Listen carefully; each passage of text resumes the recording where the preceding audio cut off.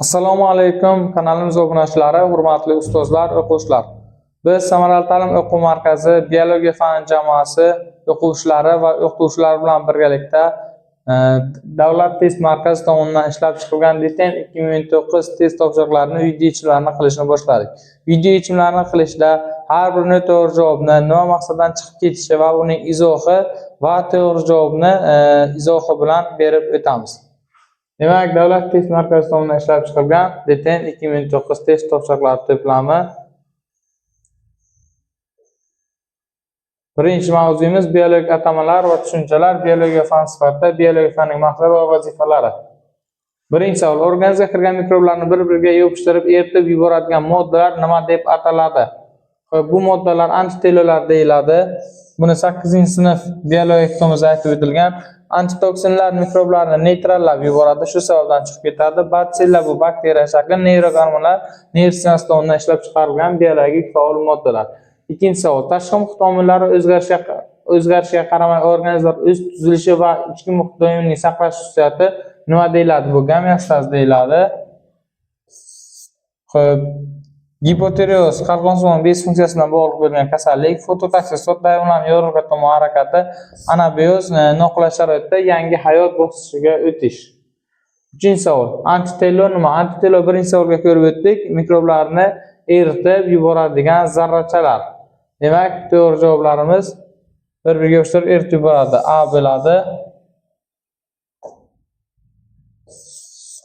Organizmga qonning normal yurishini ta'minlovchi omil bu qonning yurishi bilan bog'liq, trombozlar bilan bog'liq. Mikroblar ajratadigan zaharli moddalarni parchalab neytrallaydi.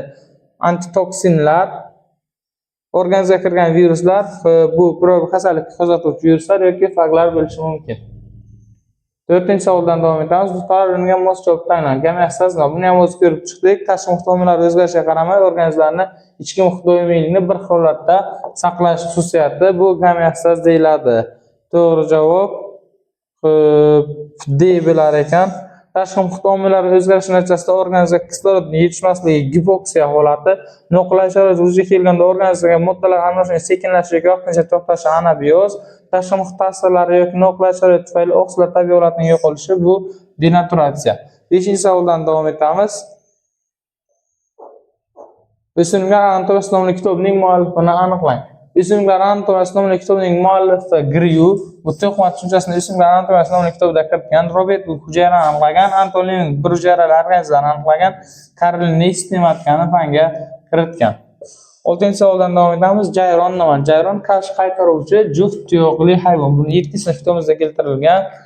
To'g'ri javob A bo'ladi. Oshqozonni 2 bo'lmali qushlar bilan qisish va qasmonlar qarshi qaytarmaydigan juft tuyoqli suv ayg'iri, begemot va yovvoyi cho'chqa chiqib ketadi. Bu to'q tuyoqli organizm emas. Buni hamma biladi. Keyingi savoldan davom etamiz. Echki qanday hayvon? Qarshi qaytarmaydigan juft tuyoqli.